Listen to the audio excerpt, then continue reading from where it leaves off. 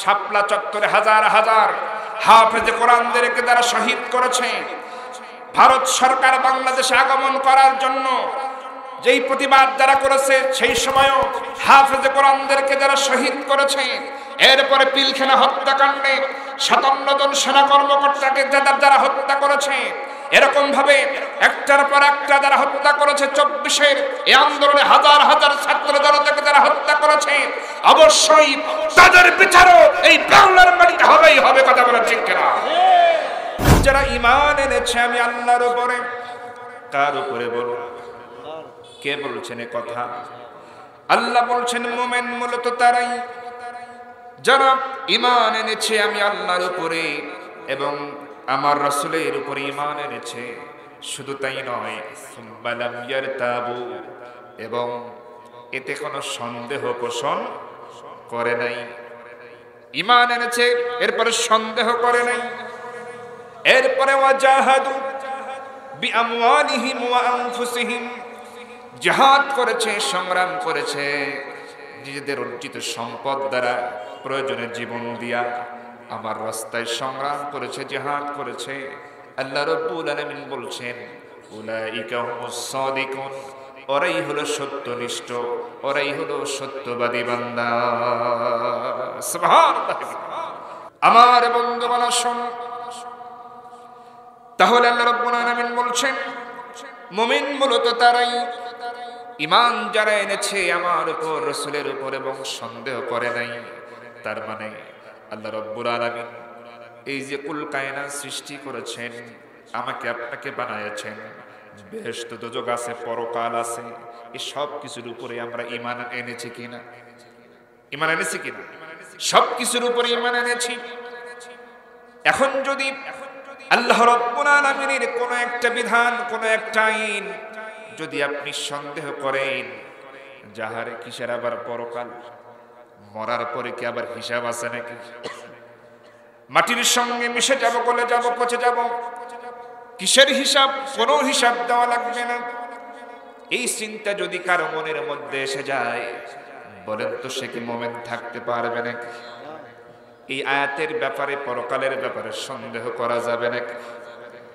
আচ্ছা বলেন তো, আল্লাহ পাক পরকাল যে তৈরি করে রেখে দিয়েছেন, সেই পরকালে আমাদের যাওয়া লাগবে কিনা? অবশ্যই লাগবে। পরকাল সম্পর্কিত যেমন একটা আয়াত ধরেন, কোরআন কারীমের ভিতরে অসংখ্য আয়াত আছে, যেমন কুল্লু নাফসিন যায়িকাতুল মাউত, প্রত্যেক প্রাণীকে মৃত্যুর স্বাদ গ্রহণ করতেই হবে। এই আয়াতকে যদি কেউ অবিশ্বাস করে, ঈমান থাকবে না? থাকবে না।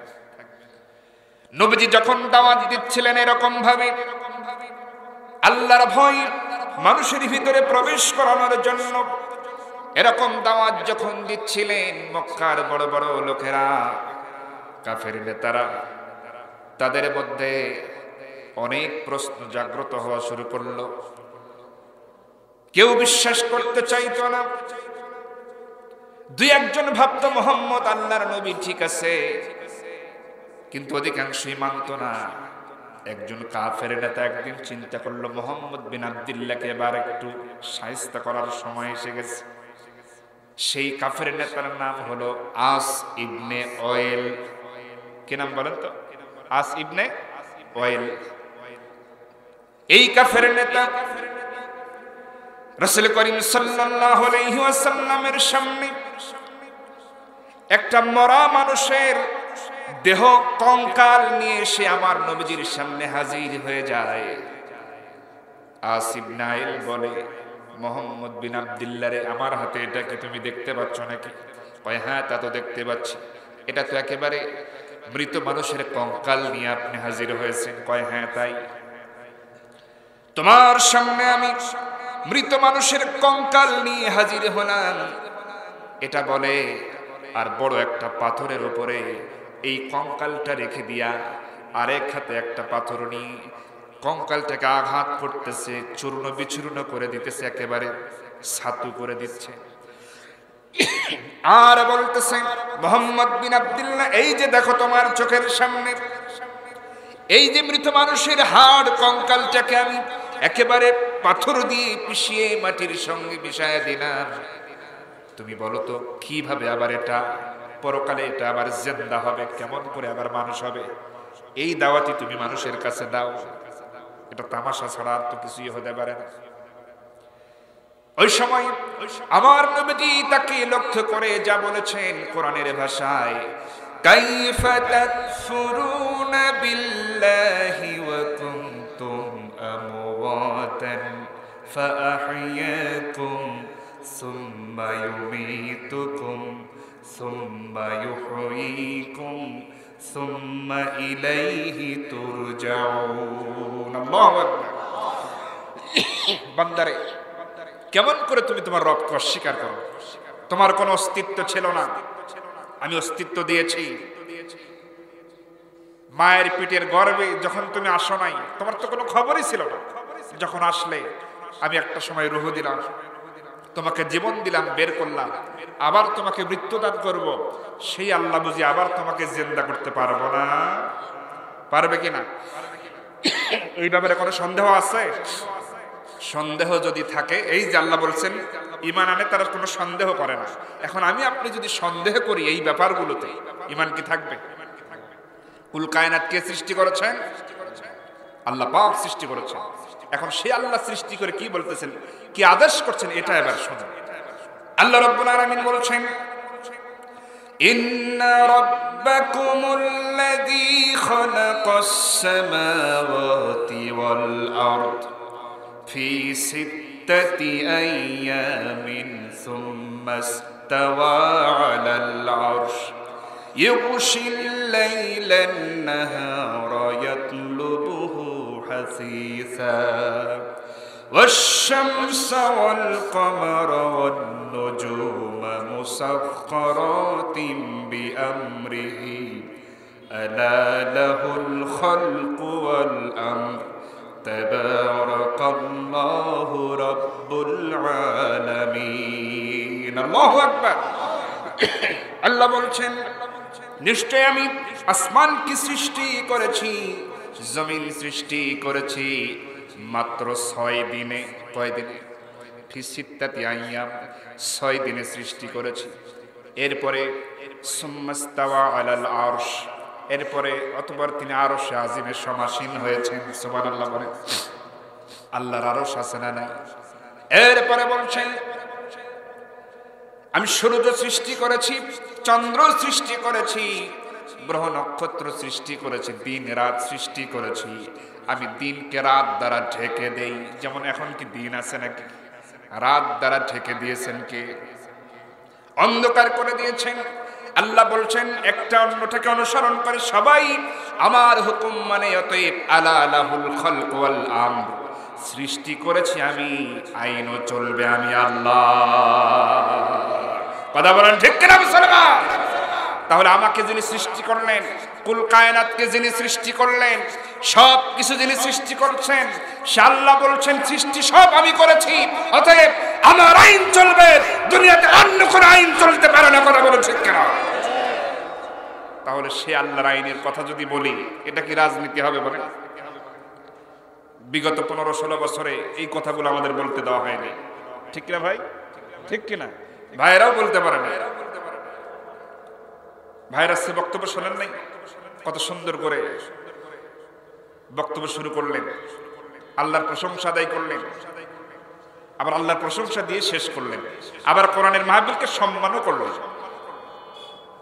আমার ভাইরা খেয়াল করুন, বিগত সময় আমাদেরকে অনেক জায়গায় বাধা দেওয়া হতো। আল্লাহর কোরআনের আয়াত বলার কারণে, এর তর্জমা ব্যাখ্যা করার কারণে যদি কারো গায়ে লাগে, বলেন তো আমার কি কিছু করার আছে? এখানে কি আমি কাউকে চিনি? এখানে কি আমি কোনো দলের নাম উল্লেখ করে বলেছি? বলেন তো। বলি নাই।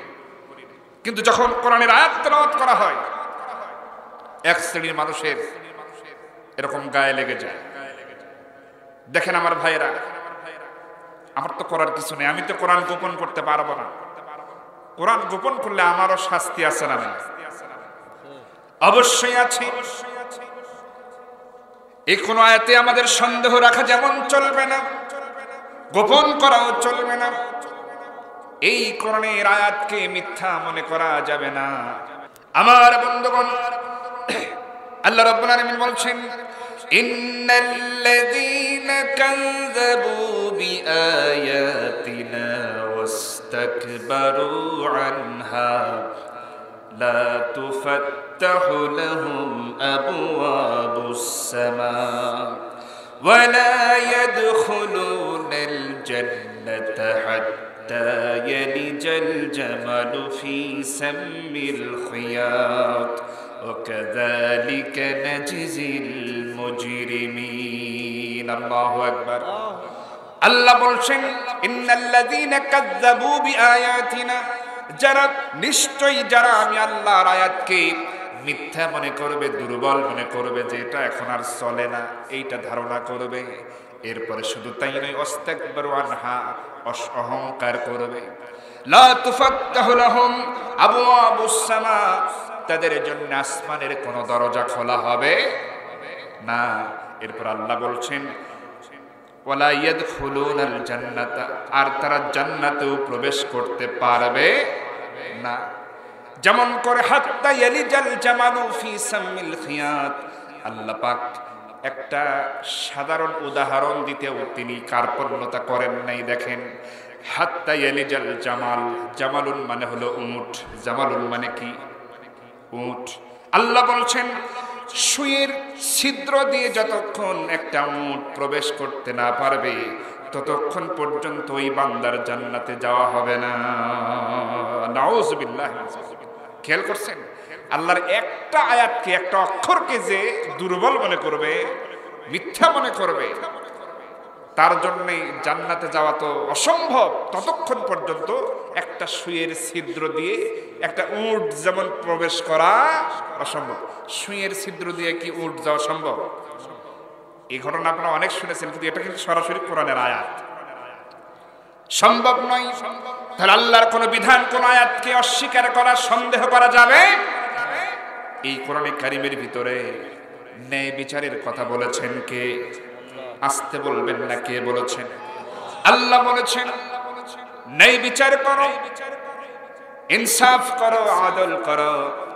প্রত্যেক জুমাতে আপনারা খেয়াল করেছেন, জুমার নামাজে যখন ইমাম সাহেব খুতবা তেলাওয়াত করেন, সানি খুতবার শেষে ইমাম সাহেব কিন্তু তেলাওয়াত করে ওই আয়াত, ইন্নাল্লাহা ইয়ামুরু বিল আদলি ওয়াল ইহসানি ওয়া ইতাই যিল কুরবা ওয়া ইয়ানহা আনিল ফাহশাই ওয়াল মুনকার ওয়াল বাগই ইয়াইযুকুম লাআল্লাকুম তাযাক্কারুন। সুবহানাল্লাহ। আদল করা, ইনসাফ করা, ন্যায় বিচার করার কথা কে বলছেন বলুন? আল্লাহ বলছেন ন্যায় বিচার করার কথা তিনি বলছেন। আমাদের দেশে কি আদৌ ন্যায় বিচার আছে নাকি? আসতে বলবেন না, আছে নাকি? ন্যায় বিচার নাই। 24 পরবর্তী সময়ে যে সরকার শাসন করছে, এই সরকারের আমলেও কিছু অঘটন ঘটে গেছে। যেমন ছোট্ট একটা মেয়ে আসিয়া, যাকে ধর্ষণ করা হলো, হত্যা করা হলো, মিডিয়ায় তোলপাড় শুরু হয়ে গেল। কেউ বলে 1 মাসের মধ্যে বিচার শেষ করতে হবে, কেউ বলে 28-30 কার্য দিবসের মধ্যে বিচার শেষ হবে। আচ্ছা বলেন তো, এই আসিয়া হত্যা, ধর্ষণ এবং হত্যা মামলা হওয়ার পরে আজকে যায় না।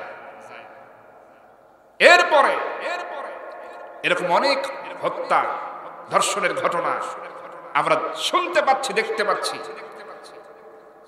এগুলো কাদের ইশারায় চলতেছে?